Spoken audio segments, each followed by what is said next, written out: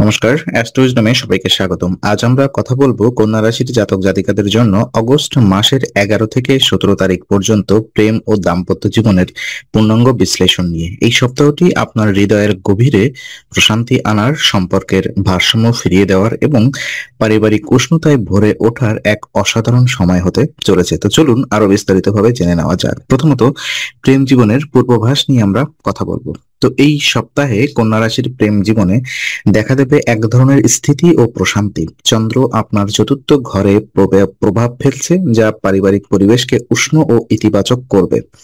পরিবারে হাসি খুশি মনোভাব, প্রিয়জনের প্রতি স্নেহময় আচরণ, এসব আপনার রোমান্টিক সম্পর্কের জন্য আশীর্বাদ স্বরূপ হবে। প্রেমিক বা প্রেমিকার সঙ্গে সময় কাটানোর ইচ্ছা বেড়ে যাবে। অনেকদিন পর হয়তো আপনারা একসঙ্গে কিছু বিশেষ মুহূর্ত ভাগ করে নিতে পারবেন। একসঙ্গে হাঁটা, আড্ডা বা কোনো ঘরোয়া আয়োজন, সবকিছুতেই সম্পর্কের গভীরতা বাড়বে। দূর সম্পর্কের আত্মীয় বা পরিবারের প্রিয়জন থেকে পাওয়া সুসংবাদ আপনার মুড ভালো করে দেবে। এতে প্রেম জীবনে এক ধরনের নতুন উদ্দীপনা আসবে। যারা অতীতে সম্পর্কের টানাপোড়েনে ছিলেন তাদের জন্য এই সপ্তাহ মানসিক চাপ কমানোর সুযোগ এনে দেবে। ভুল বোঝাবুঝি ও ঝগড়া কমবে এবং একে অপরকে বোঝার মানসিকতা বাড়বে। তবে মনে রাখবেন, গ্রহের অবস্থান যেমন ইতিবাচক, তেমনি সামান্য অসতর্কতা আপনার ভালো মুড নষ্ট করে দিতে পারে। তাই সম্পর্কের ক্ষেত্রে অহেতুক সন্দেহ বা তর্ক বিতর্ক এড়িয়ে চলুন। আপনার শান্ত স্বভাব ও সহানুভূতিশীল আচরণই এই সপ্তাহে প্রেমে সাফল্য এনে দেবে। বিবাহিত জীবনের পূর্বাভাস নিয়ে যদি আমরা কথা বলি, তো দাম্পত্য জীবনে এই সপ্তাহে শান্তি ও বোঝাপড়া উল্লেখযোগ্যভাবে বৃদ্ধি পাবে।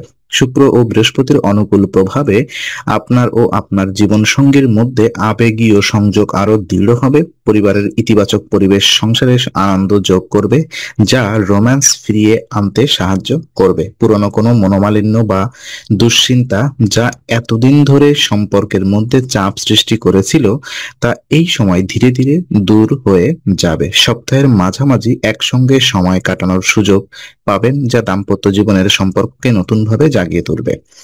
ঘরোয়া আনন্দ, বান্ধব পরিবেশ, আহ পরিবারের ছোটখাটো অনুষ্ঠান বা আত্মীয় স্বজনদের সঙ্গে মিলন মেলা, এসব মুহূর্ত আপনাদের দাম্পত্য জীবনে নতুন এনার্জি এনে দেবে। তবে আপনাকে এই সপ্তাহে একটি বিষয়ে সতর্ক থাকতে হবে: পারিবারিক দায়িত্ব ভাগাভাগি এবং পারস্পরিক সমর্থন বজায় রাখা। সঙ্গীর চাহিদা ও অনুভূতিকে গুরুত্ব দিলে আপনাদের সম্পর্ক আরো সুন্দর হবে। যদি কোনো আর্থিক বা কর্মক্ষেত্রের চাপ থাকে, তাহলে তা খোলাখুলি আলোচনা করে সমাধান করুন, কারণ এই সপ্তাহে খোলামেলা যোগাযোগই দাম্পত্য সম্পর্কে মজবুত ভিত্তি গড়ে তুলবে।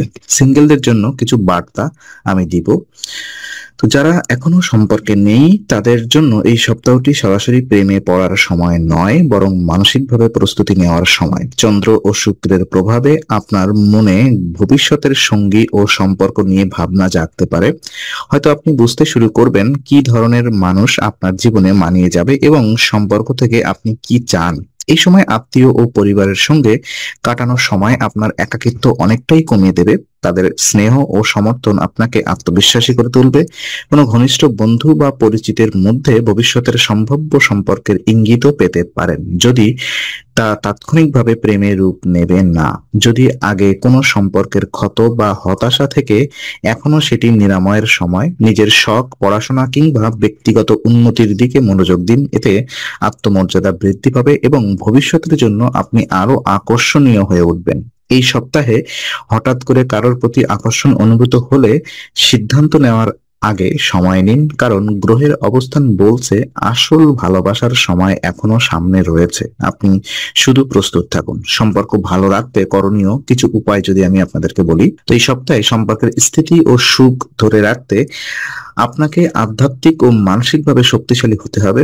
গ্রহের অবস্থান অনুযায়ী শনিবার শনিদেবের যজ্ঞ অথবা শনিদেবের যজ্ঞ বা হোম করা অত্যন্ত শুভ হবে। এটি শুধু আধ্যাত্মিক শান্তি আনবে না, বরং কর্মজীবন ও পারিবারিক জীবনের নেতিবাচক প্রভাব কমিয়ে সম্পর্ককে আরো মজবুত করবে। শনিদেবের কৃপা পেতে আপনি কালো তিল, সরিষার তেল এবং কালো কাপড় দান করতে পারেন। পাশাপাশি গরিব ও অসহায় মানুষদের সাহায্য করলে ইতিবাচক শক্তি আপনার জীবনে প্রবাহিত হবে। সম্পর্কের ক্ষেত্রে একটি বড় করণীয় হলো শ্রবণ শক্তি বাড়ানো, অর্থাৎ সঙ্গী বা প্রিয়জন যা বলছেন তা মন দিয়ে শোনা এবং তার অনুভূতিকে গুরুত্ব দেওয়া। অহেতুক তর্ক বিতর্ক এড়িয়ে চলুন এবং সম্ভব হলে এই সপ্তাহে একটি বিশেষ সময় একসাথে কাটান, যা শুধুমাত্র আপনাদের দুজনের জন্য নির্ধারিত থাকবে। যারা সিঙ্গেল তারাও এই উপায় গ্রহণ করলে আত্মবিশ্বাস ও ইতিবাচক মনোভাব বৃদ্ধি পাবে, যা ভবিষ্যতে সম্পর্কের জন্য শুভ হবে। মোট কথা, আধ্যাত্মিক উপায় ও সচেতন আচরণ দুটি মেলবন্ধনই এই সপ্তাহে